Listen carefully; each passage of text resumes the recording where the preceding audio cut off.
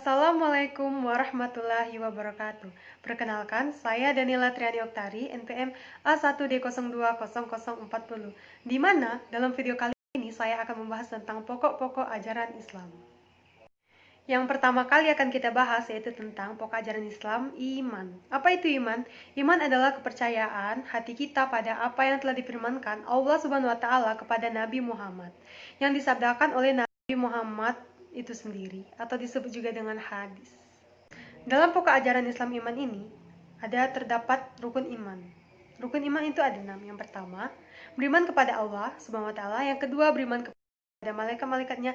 Yang ketiga, beriman kepada kitab-kitab Allah. Yang keempat, beriman kepada nabi dan rasulnya.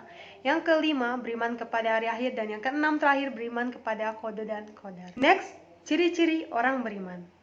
Yang pertama, memiliki rasa takut terhadap Allah SWT. Memiliki rasa takut terhadap Allah SWT merupakan salah satu ciri-ciri orang yang beriman, di mana dirinya tidak akan pernah berani melanggar apapun aturan yang telah ditetapkan oleh Allah SWT, dan akan selalu mentaati setiap perintahnya, seperti yang dijelaskan dalam Quran Surat Al-Anfal ayat 2. Kedua, khusyuk saat melaksanakan sholat. Seseorang yang telah memiliki iman yang kuat akan lebih khusyuk dalam menjalankan ibadahnya, maupun itu wajib ataupun sunnah, meski banyak sekali halangan dan rintangannya. 3. Menjauhkan diri dari kegiatan yang sia-sia. Salah satu ciri orang yang beriman yaitu tidak melakukan hal yang sia-sia atau tidak bermanfaat. Dirinya justru akan sibuk melakukan urusan ibadah yang akan menambah keimanannya. 4. Menunaikan zakat. Menunaikan zakat termasuk dalam salah satu ciri orang yang beriman, karena dirinya tahu bahwa dengan berzakat atau bersedekah merupakan bukti keimanan dari seseorang yang meneladani Rasulnya. 5. Tawakal. Orang yang tawakal dan ikhlas pada setiap ketetapan dan takdir yang diberikan oleh Allah SWT. Sebagaimana Allah berfirman dalam Quran Surat Al-Ma'idah ayat 23 dan Quran Surat At-Talaq ayat 3. Keenam, sabar. Seberat dan sesulit apapun ujian yang diberikan, maka dirinya akan selalu bersabar menghadapinya, sebagaimana dijelaskan dalam Quran Surat Al-Baqarah ayat 177. Ketujuh, punya akhlak yang baik. Orang yang beriman tidak mungkin memiliki akhlak yang buruk, karena dirinya akan selalu meneladani Rasul yang berakhlak mulia. Nah, yang terakhir, ciri-ciri dari orang yang beriman yaitu selalu bersyukur. Seseorang yang sedang ditimpa masalah, baik maupun buruk, akan membuat dirinya selalu bersyukur kepada Allah SWT atas apa yang dimilikinya. Selanjutnya, fungsi keimanan dalam kehidupan. Yang pertama, menambah keyakinan.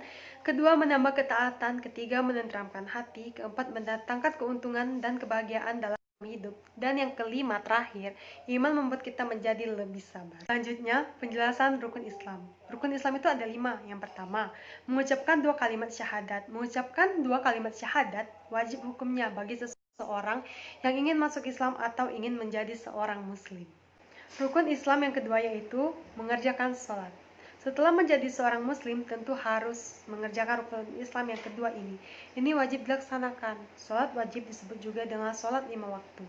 Sholat 5 waktu itu terdiri dari yang pertama sholat subuh, yang kedua sholat zuhur, ketiga sholat asar, keempat sholat maghrib, dan yang terakhir kelima sholat isya. Rukun Islam yang ketiga yaitu berpuasa di bulan Ramadan. Setiap muslim diwajibkan berpuasa 1 bulan penuh di dalam bulan Ramadan ini. Tujuannya untuk mencapai ketakwaan kepada Allah Subhanahu wa taala. Di antara hikmah berpuasa adalah melatih kesabaran, menumbuhkan rasa empati terhadap orang yang kelaparan, sehingga terdorong hati kita untuk membantu orang yang kurang mampu. Yang keempat, menunaikan zakat. Zakat merupakan kewajiban yang dikeluarkan pada harta orang yang memiliki kelebihan.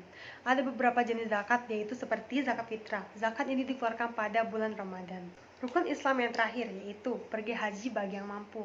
Pergi haji ke Mekah adalah kewajiban umat muslim yang mampu secara fisik dan finansial. Pergi haji wajibnya dilakukan 1 kali selama seumur hidup.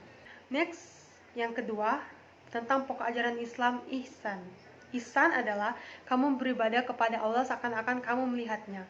Dan jika kamu tidak merasa begitu, ketahuilah bahwa Dia melihatmu. Dengan adanya rasa dilihat, diawasi, dan diperhatikan oleh Allah, seseorang dengan sendirinya akan memperbagus dan memperbaiki ibadahnya.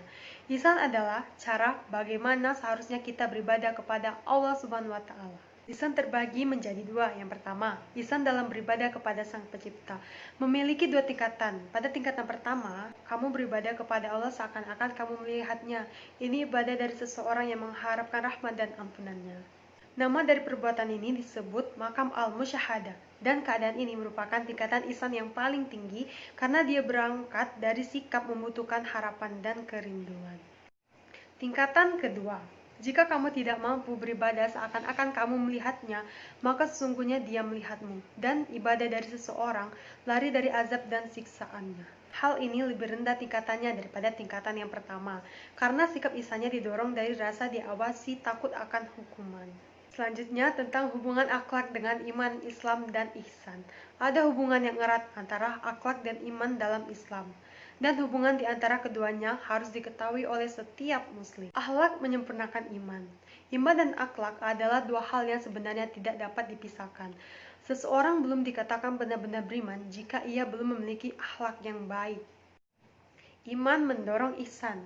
Seseorang yang beriman juga akan selalu berdoa agar ia tetap diberi kesabaran dan agar selalu bisa istiqomah dalam kebenaran, atau dengan kata lain, agar selalu bisa menjaga akhlaknya. Dengan kata lain, iman akan membuat seseorang senantiasa ada dalam jalan Islam dan berperilaku baik, atau yang dikenal dengan istilah ihsan. Selanjutnya tentang hubungan iman, ilmu, dan amal. Yang pertama, hubungan iman dan ilmu. Iman dan ilmu merupakan dua hal yang saling berkaitan dan mutlak adanya.